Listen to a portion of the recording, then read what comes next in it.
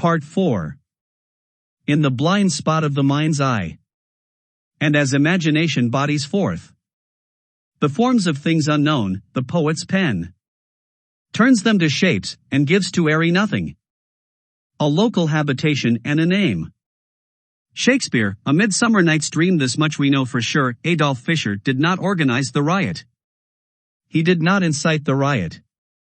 In fact, he was nowhere near the riot the night the policemen were killed. But his labor union had challenged the stranglehold that Chicago's powerful industrialists had on the men, women, and children who toiled in their sweatshops toward the end of the 19th century, and that union needed to be taught a lesson. So Adolf Fischer was tried and, on the basis of paid and perjured testimony, sentenced to die for a crime he did not commit. On November 11, 1887, he stood on the gallows and surprised everyone with his last words: "This is the happiest moment of my life." A few seconds later the trapdoor beneath his feet fell away, the rope snapped his neck, and he was dead. Fortunately, his dreams of equity in the American workplace were not so easily exterminated. 1 year after Fischer was hanged, a bright young fellow perfected the process of dry photography, launched his revolutionary Kodak camera, and instantly became one of the richest men in the world. In the decades that followed, George Eastman developed a revolutionary management philosophy as well, giving his employees shorter hours, disability benefits, retirement annuities, life insurance, profit sharing, and, ultimately, 1/3 of the stock in his company. On March 14, 1932, the beloved inventor and humanitarian sat down at his desk, wrote a brief note, neatly capped his fountain pen, and smoked a cigarette. Then he surprised everyone by killing himself. Fischer and Eastman are a fascinating contrast. Both men believed that common laborers have a right to fair wages and decent working conditions, and both dedicated much of their lives to bringing about social change at the dawn of the industrial age. Fischer failed abysmally and died a criminal, poor and reviled. Eastman succeeded absolutely and died a champion, affluent and venerated. So why did a poor man who had accomplished so little stand happily at the threshold of his own lynching, while a rich man who had accomplished so much felt driven to take his own life? Fischer's and Eastman's reactions to their respective situations seem so contrary, so completely inverted, that one is tempted to chalk them up to false bravado or mental aberration. Fischer was apparently happy on the last day of a wretched existence, Eastman was apparently unhappy on the last day of a fulfilling life, and we know full well that if we had been standing in either of their places, we would have experienced precisely the opposite emotions. So what was wrong with these guys? I will ask you to consider the possibility that there was nothing wrong with them, but that there is something wrong with you. And with me too. And the thing that's wrong with both of us is that we make a systematic set of errors when we try to imagine what it would feel like if. Imagining what it would feel like if sounds like a fluffy bit of daydreaming, but in fact, it is one of the most consequential mental acts we can perform, and we perform it every day. We make decisions about whom to marry, where to work, when to reproduce, where to retire, and we base these decisions in large measure on our beliefs about how it would feel if this event happened, but that one didn't. Our lives may not always turn out as we wish or as we plan, but we are confident that if they had, then our happiness would have been unbounded and our sorrows thin and fleeting. Perhaps it is true that we can't always get what we want, but at least we feel sure that we know what to want in the first place.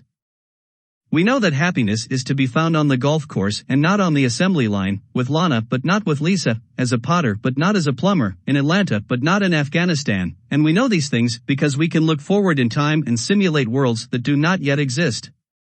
Whenever we find ourselves on the front end of a decision, should I have another fish stick or go directly for the ding-dongs? Accept the job in Kansas City or stay put and hope for a promotion? Have the knee surgery or try the physical therapy first? We imagine the futures that our alternatives provide and then imagine how we would feel in each of them. If the surgery didn't work, I'd always regret not having given the physical therapy a chance. And we don't have to imagine very hard to know that we would be happier as the CEO of a Fortune 500 company than as the deadweight on a hangman's rope. Because we are the ape that looked forward, we don't actually have to live Adolf Fischer's or George Eastman's lives to know how it would feel to walk a mile in their shoes. There's just one catch: the owners of the shoes didn't seem to agree with our conclusions.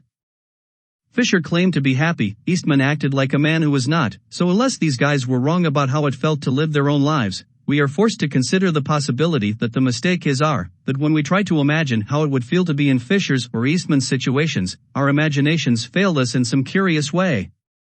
We are forced to consider the possibility that what clearly seems to be the better life may actually be the worse life, and that when we look down the timeline at the different lives we might lead, we may not always know which is which. We are forced to consider the possibility that we did something fundamentally wrong when we mentally slipped out of our shoes and into theirs, and that this fundamental mistake can cause us to choose the wrong future. What might this mistake be? Imagination is a powerful tool that allows us to conjure images from airy nothing. But like all tools, this one has its shortcomings, and in this and the next chapter I'll tell you about the first of them.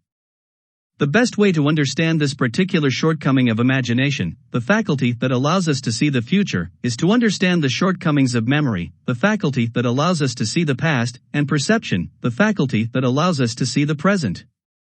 As you will learn, the shortcoming that causes us to misremember the past and misperceive the present is the very same shortcoming that causes us to misimagine the future. That shortcoming is caused by a trick that your brain plays on you every minute of every hour of every day, a trick that your brain is playing on you right now. Let me tell you the brain's dirty little secret. Little Big Head. There is a marvelous moment in most of the early Marx Brothers films in which Harpo, the cherubic mime, reaches deep into the folds of his floppy trench coat and pulls out a flugelhorn, a steaming cup of coffee, a bathroom sink, or a sheep.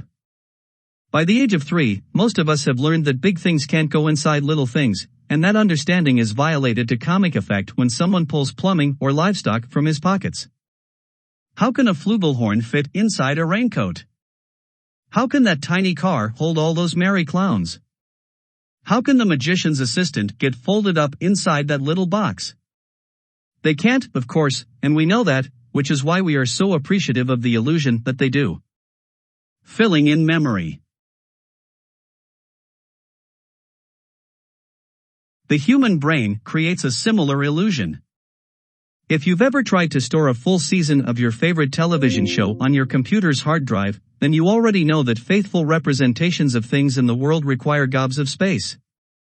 And yet, our brains take millions of snapshots, record millions of sounds, add smells, tastes, textures, a third spatial dimension, a temporal sequence, a continuous running commentary, and they do this all day, every day, year after year. Storing these representations of the world in a memory bank that seems never to overflow and yet allows us to recall at a moment's notice that awful day in the 6th grade when we teased Phil Myers about his braces and he promised to beat us up after school.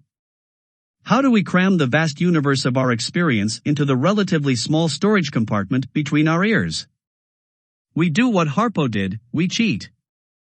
As you learned in the previous chapters, the elaborate tapestry of our experience is not stored in memory, at least not in its entirety. Rather, it is compressed for storage by first being reduced to a few critical threads, such as a summary phrase, dinner was disappointing, or a small set of key features, tough steak, corked wine, snotty waiter. Later, when we want to remember our experience, our brains quickly reweave the tapestry by fabricating, not by actually retrieving, the bulk of the information that we experience as a memory. This fabrication happens so quickly and effortlessly that we have the illusion, as a good magician's audience always does, that the entire thing was in our heads the entire time. But it wasn't, and that fact can be easily demonstrated. For example, volunteers in one study were shown a series of slides depicting a red car as it cruises toward a yield sign, turns right, and then knocks over a pedestrian. After seeing the slides, some of the volunteers, the no-question group, were not asked any questions, and the remaining volunteers, the question group, were.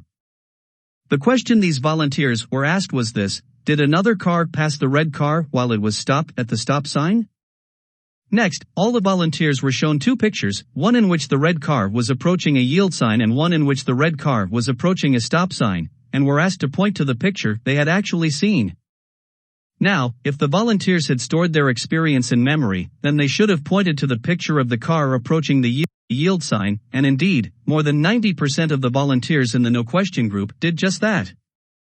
But 80% of the volunteers in the question group pointed to the picture of the car approaching a stop sign. Clearly, the question changed the volunteers' memories of their earlier experience, which is precisely what one would expect if their brains were reweaving their experiences, and precisely what one would not expect if their brains were retrieving their experiences. This general finding, that information acquired after an event alters memory of the event, has been replicated so many times in so many different laboratory and field settings that it has left most scientists convinced of two things.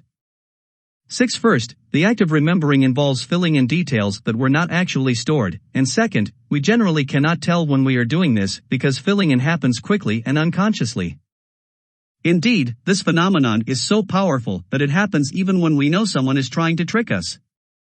For example, read the list of words below, and when you've finished, quickly cover the list with your hand.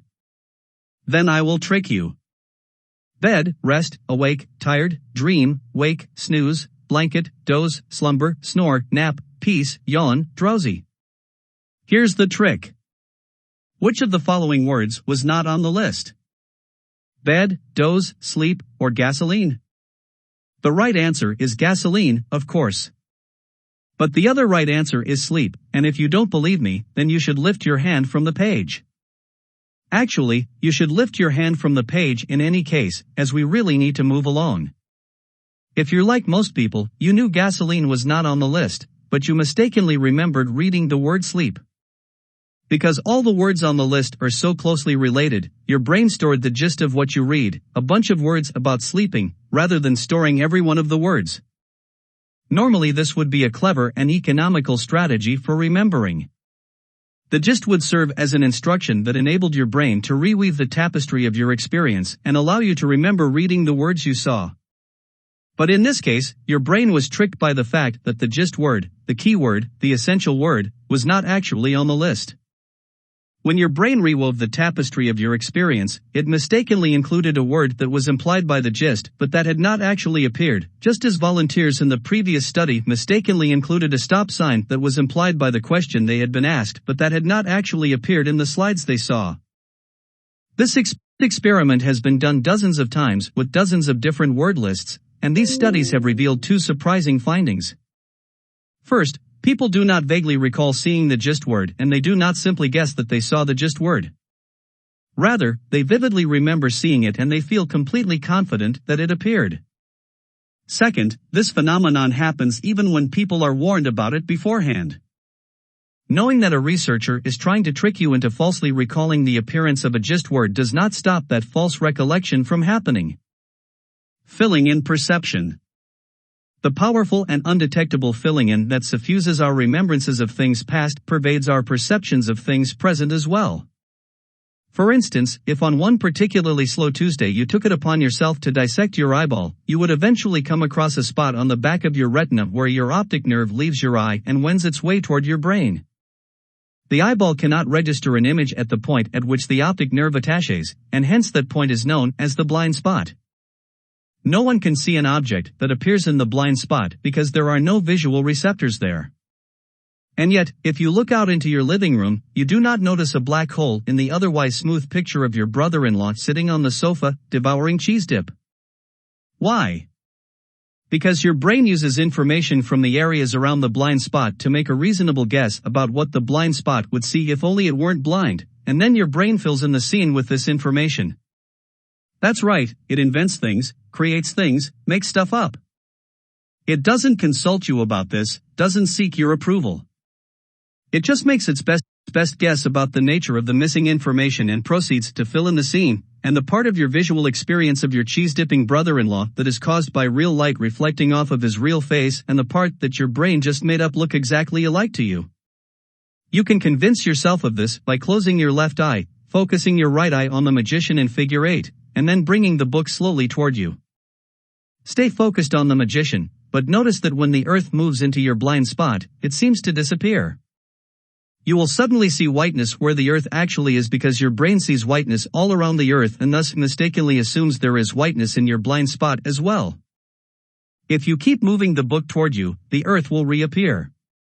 Eventually, of course, your nose will touch the rabbit and you will commit an unnatural act. The filling in trick is not limited to the visual world. Researchers tape-recorded the sentence the state governors met with their respective legislatures convening in the capital city. Then they doctored the tape, substituting a cough for the first S in legislatures. Volunteers heard the cough all right, but they heard it happening between the words because they heard the missing S too. Even when they were specifically instructed to listen for the missing sound, and even when they were given thousands of trials of practice, volunteers were unable to name the missing letter that their brains knew ought to be there and had thus helpfully supplied. In an even more remarkable study, volunteers listened to a recording of the word eel preceded by a cough, which I'll denote with asterisk. The volunteers heard the word peel when it was embedded in the sentence, the asterisk eel was on the orange, but they heard the word heel when it was embedded in the sentence, the asterisk eel was on the shoe. This is a striking finding because the two sentences differ only in their final word, which means that volunteers' brains had to wait for the last word of the sentence before they could supply the information that was missing from the second word. But they did it, and they did it so smoothly and quickly that volunteers actually heard the missing information being spoken in its proper position. Experiments such as these provide us with a backstage pass that allows us to see how the brain does its marvelous magic act. Of course, if you went backstage at a magic show and got a good look at all the wires, mirrors, and trapdoors, the show would be spoiled when you returned to your seat. After all, once you know how a trick works, you can't fall for it, right? Well, if you go back and try the trick in figure 8 again, you will notice that despite the detailed scientific understanding of the visual blind spot that you acquired in the last few pages, the trick still works just fine. Indeed, no matter how much you learn about optics and no matter how long you spend nosing up to that rabbit, the trick will never fail. How can that be? I have tried to convince you that things are not always as they appear. Now let me try to convince you that you can't help but believe that they are. Neat Loaf of Oz. Unless you skipped over childhood and went straight from strained carrots to mortgage payments, you probably remember the scene in the book The Wonderful Wizard of Oz in which Dorothy and her pals are cowering before the great and terrible Oz, who appears menacingly as a giant floating head. Toto the dog suddenly breaks loose, knocks over a screen in the corner of the room, and reveals a little man working the controls of a machine. The protagonists are astonished, and the scarecrow accuses the little man of being a humbug. Exactly so, declared the little man, rubbing his hands together as if it pleased him. I am a humbug. Doesn't anyone else know you're a humbug? Asked Dorothy. No one knows it but you four and myself, replied Oz. I have fooled everyone so long that I thought I should never be found out. But, I don't understand, said Dorothy, in bewilderment. How was it that you appeared to me as a great head? That was one of my tricks, answered Oz. I think you are a very bad man, said Dorothy. Oh, no, my dear, I'm really a very good man, but I'm a very bad wizard. Discovering idealism. Toward the end of the 18th century, philosophers had approximately the same sort of eye-opening experience that Dorothy had, and concluded, with some reluctance, that while the human brain is a very good organ, it is a very bad wizard. Prior to that time, philosophers had thought of the senses as conduits that allowed information about the properties of objects in the world to travel from the object and into the mind. The mind was like a movie screen in which the object was rebroadcast. The operation broke down on occasion, hence people occasionally saw things as they were not. But when the senses were working properly, they showed what was there. This theory of realism was described in 1690 by the philosopher John Locke. When our senses do actually convey into our understandings any idea, we cannot but be satisfied that there doth something at that time really exist without us, which doth affect our senses, and by them give notice of itself to our apprehensive faculties, and actually produce that idea which we then perceive, and we cannot so far distrust their testimony, as to doubt that such collections of simple ideas as we have observed by our senses to be united together, do really exist together. In other words, brains believe, but they don't make believe. When people see giant floating heads, it is because giant heads are actually floating in their purview, and the only question for a psychologically minded philosopher was how brains accomplish this amazing act of faithful reflection. But in 1781 a reclusive German professor named Immanuel Kant broke loose, knocked over the screen in the corner of the room, and exposed the brain as a humbug of the highest order. Kant's new theory of idealism claimed that our perceptions are not the result of a physiological process by which our eyes somehow transmit an image of the world into our brains, but rather, they are the result of a psychological process that combines what our eyes see with what we already think, feel, know, want, and believe, and then uses this combination of sensory information and pre-existing knowledge to construct our perception of reality. The understanding can intuit nothing, the senses can think nothing, Kant wrote. Only through their union can knowledge arise. The historian Will Durant performed the remarkable feat of summarizing Kant's point in a single sentence: the world as we know it is a construction, a finished product, almost, one might say, a manufactured article, to which the mind contributes as much by its molding forms as the thing contributes by its stimuli. Kant argued that a person's perception of a floating head is constructed from the person's knowledge of floating heads, memory of floating heads, belief in floating heads, need for floating heads, and sometimes, but not always, from the actual presence of a floating head itself. Perceptions are portraits, not photographs, and their form reveals the artist's hand every bit as much as it reflects the things portrayed. This theory was a revelation, and in the centuries that followed, psychologists extended it by suggesting that each individual makes roughly the same journey of discovery that philosophy did. In the 1920s, the psychologist John Piaget noticed that the young child often fails to distinguish between her perception of an object and the object's actual properties, hence she tends to believe that things really are as they appear to be, and that others must therefore see them as she does.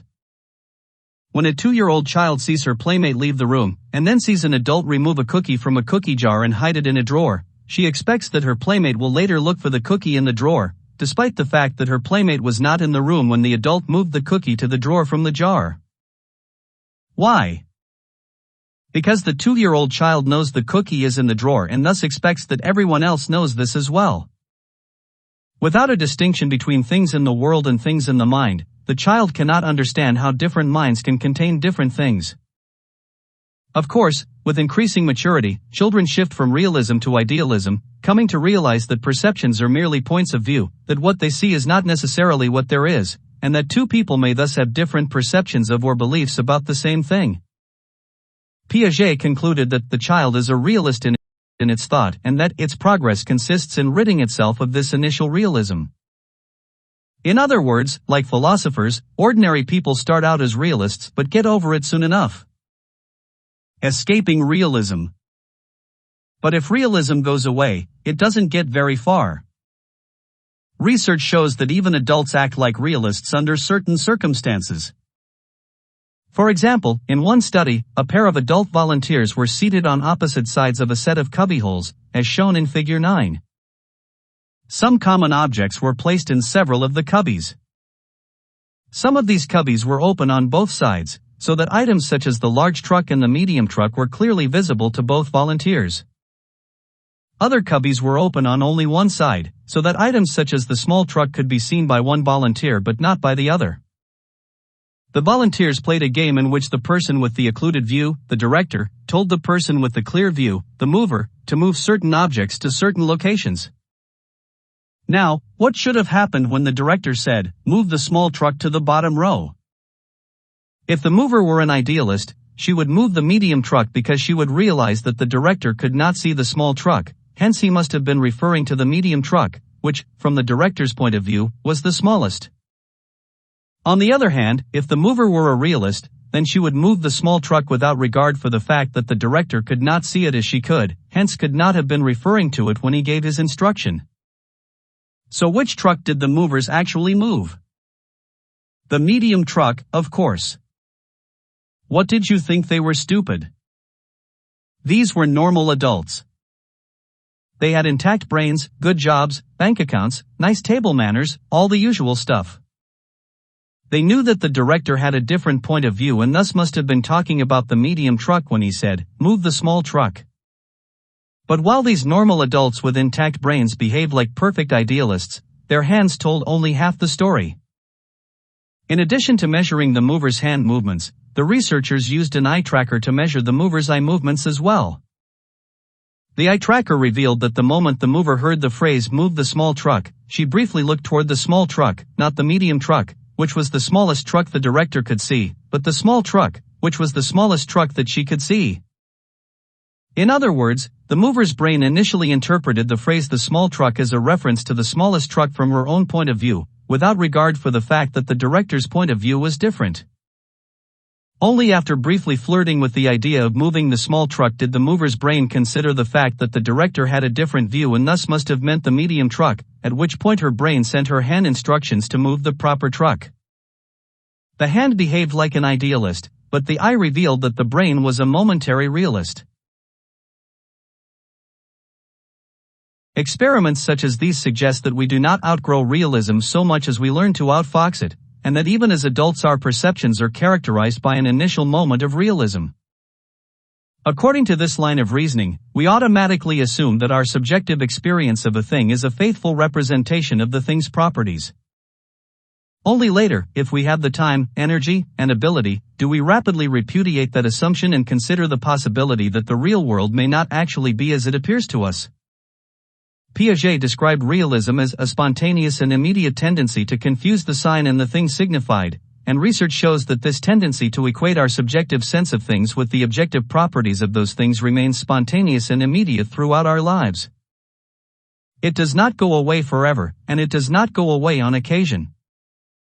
Rather, it is brief, unarticulated, and rapidly unraveled, but it is always the first step in our perception of the world. We believe what we see, and then unbelieve it when we have to.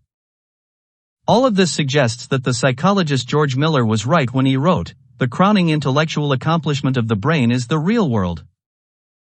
The 3.5-pound meatloaf between our ears is not a simple recording device but a remarkably smart computer that gathers information, makes shrewd judgments and even shrewder guesses, and offers us its best interpretation of the way things are. Because those interpretations are usually so good, because they usually bear such a striking resemblance to the world as it is actually constituted, we do not realize that we are seeing an interpretation. Instead, we feel as though we are sitting comfortably inside our heads, looking out through the clear glass windshield of our eyes, watching the world as it truly is. We tend to forget that our brains are talented forgers, weaving a tapestry of memory and perception whose detail is so compelling that its inauthenticity is rarely detected. In a sense, each of us is a counterfeiter who prints phony dollar bills and then happily accepts them for payment, unaware that he is both the perpetrator and victim of a well-orchestrated fraud. As you are about to see, we sometimes pay a steep price for allowing ourselves to lose sight of this fundamental fact, because the mistake we make when we momentarily ignore the fill-in trick and unthinkingly accept the validity of our memories and our perceptions is precisely the same mistake we make when we imagine our futures. An embarrassment of tomorrows. When John Lennon asked us to imagine there's no countries, he was quick to add, "It isn't hard to do." Indeed, imagination is usually effortless. When we think about the pastrami on rye that we intend to have for lunch, or the new pair of flannel pajamas that Mom swears she mailed last week, we do not have to set aside a block of time between other appointments, roll up our sleeves, and get down to the serious work of conjuring up images of sandwiches and sleepwear. Rather, the moment we have the slightest inclination to consider these things, our brains effortlessly use what they know about delis and lunches and parcels and moms to construct mental pictures, warm pastrami, dark rye, tartan plaid pajamas with bunny feet, that we experience as the products of imagination. Like perceptions and memories, these mental pictures pop into our consciousness fait accompli. We should be grateful for the ease with which our imaginations provide this useful service, but because we do not consciously supervise the construction of these mental images, we tend to treat them as we treat memories and perceptions, initially assuming that they are accurate representations of the objects we are imagining. For instance, right now you can probably imagine a plate of spaghetti and tell me how much you would enjoy eating it for dinner tomorrow evening. Fine. Now notice two things. First, this wasn't particularly taxing.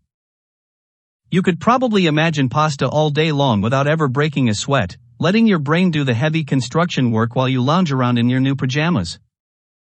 Second, notice that the spaghetti you imagined was much richer than the spaghetti I asked you about. Perhaps your imaginary spaghetti was the goopy slop from the can, or perhaps it was fresh basil rosemary pasta topped with a silky bolognese. The sauce could have been tomato, cream, clam, or even grape jelly.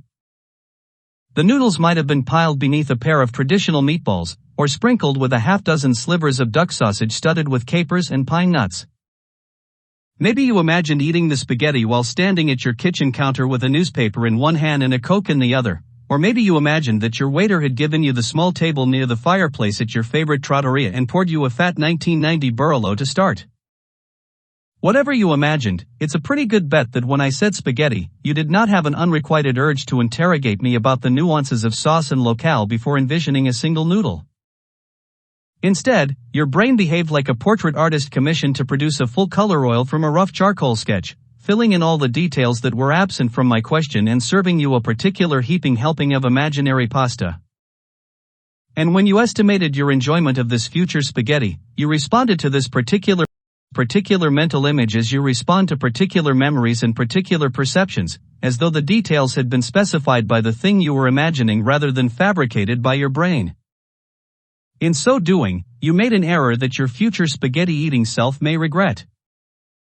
The phrase spaghetti for dinner tomorrow evening does not describe an event so much as it describes a family of events, and the particular member of the family that you imagined influenced your predictions about how much you'd enjoy eating it. Indeed, trying to predict how much you will enjoy a plate of spaghetti without knowing which plate of spaghetti is like trying to predict how much you will pay for a car without knowing which car, Ferrari or Chevy, or trying to predict how proud you will be of your spouse's accomplishment without knowing which accomplishment, winning a Nobel Prize or finding the best divorce lawyer in the city? Or trying to predict how sad you will be when a relative dies without knowing which relative. Dear old dad or cranky great Uncle Sherman on cousin Ida's side twice removed? There are endless variations on spaghetti, and the particular variation you imagined surely influenced how much you expected to enjoy the experience. Because these details are so crucial to an accurate prediction of your response to the event you were imagining, and because these important details were not known, you would have been wise to withhold your prediction about spaghetti, or at least to temper it with a disclaimer such as I expect to like the spaghetti if it is al dente with smoked pomodoro. But I'm willing to bet that you didn't withhold, you didn't disclaim, and that you instead conjured up a plate of imaginary spaghetti faster than Chef Boyardee on rollerblades, then made a confident prediction about the relationship you expected to have with that food.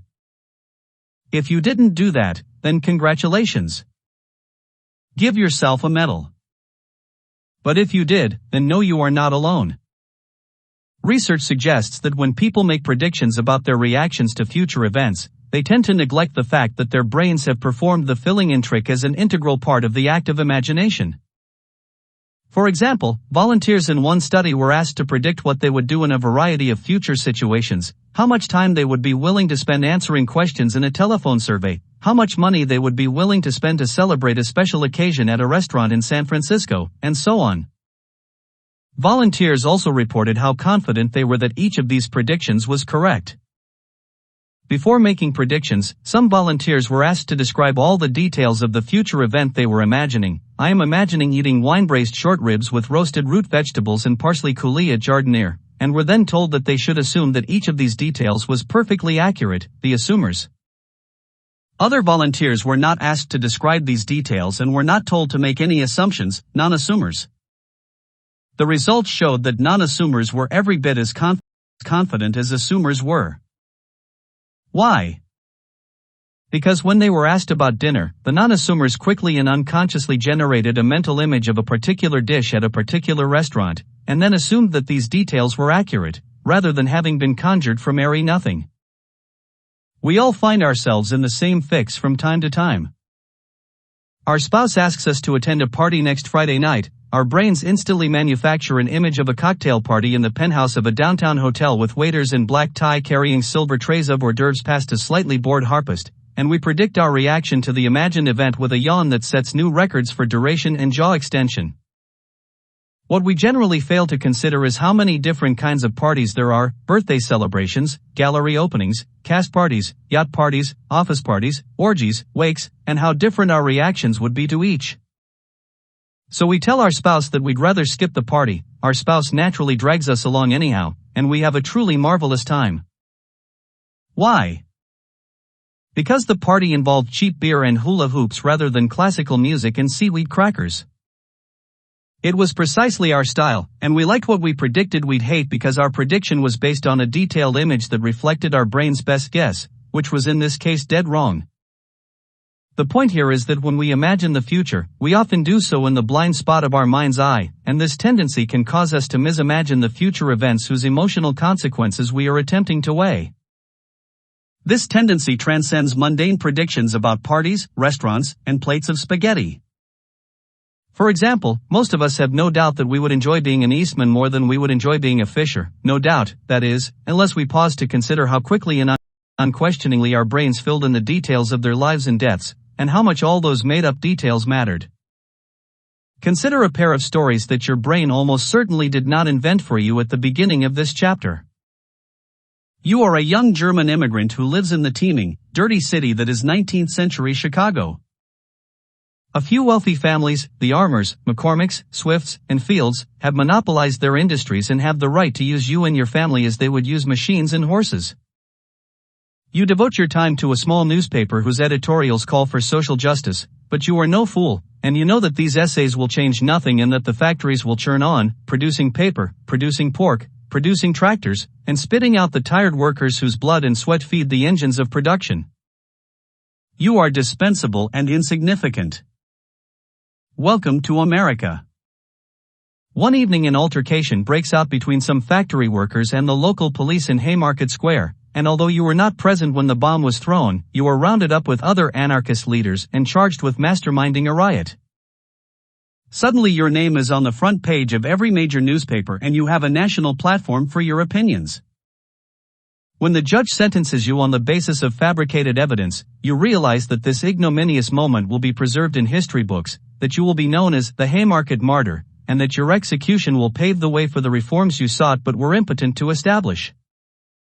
A few decades from now, there will be a far better America than this one, and its citizens will honor you for your sacrifice. You are not a religious man, but you cannot help but think for a moment of Jesus on the cross, falsely accused, unjustly convicted, and cruelly executed, giving his life so that a great idea might live in the centuries to come. As you prepare to die you feel nervous, of course. But in some deep sense, this moment is a stroke of luck, the culmination of a dream, perhaps, you might even say, the happiest moment of your life.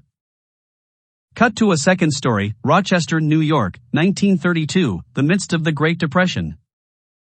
You are a 77-year-old man who has spent his life building empires, advancing technology, and using your wealth to endow libraries, symphonies, colleges, and dental clinics that have improved the lives of millions. The happiest moments of your long life were spent tinkering with a camera, touring Europe's art museums, fishing, hunting, or doing carpentry in your lodge in North Carolina. But spinal disease has made it increasingly difficult for you to lead the active life you've always enjoyed, and every day you spend in bed is a sad mockery of the vibrant man you once were. You will never get younger, you will never get better. The good days are over, and more days merely mean more decrepitude. One Monday afternoon you sit down at your desk, uncap your favorite fountain pen, and write these words on a legal pad: "Dear friends, my work is done." Why wait? Then you light a cigarette and, when you've enjoyed the last of it, stub it out and carefully place the nose of your Luger automatic against your chest. Your physician showed you how to locate your heart, and now you can feel it beating rapidly beneath your hand. As you prepare to pull the trigger you feel nervous, of course. But in some deep sense you know that this one well-aimed bullet will allow you to leave a beautiful past and escape a bitter future. Okay, lights up. These details about Adolf Fischer's and George Eastman's lives are accurate, but that's not really the point. The point is that just as there are parties and pastas you like and parties and pastas you don't, there are ways of being rich and ways of being executed that make the former less marvelous and the latter less awful than we might otherwise expect. One reason why you found Fischer's and Eastman's reactions so perverse is that you almost certainly misimagined the details of their situations. And yet, without a second thought, you behaved like an unrepentant realist and confidently based your predictions about how you would feel on details that your brain had invented while you weren't watching. Your mistake was not in imagining things you could not know, that is, after all, what imagination is for. Rather, your mistake was in unthinkingly treating what you imagined as though it were an accurate representation of the facts.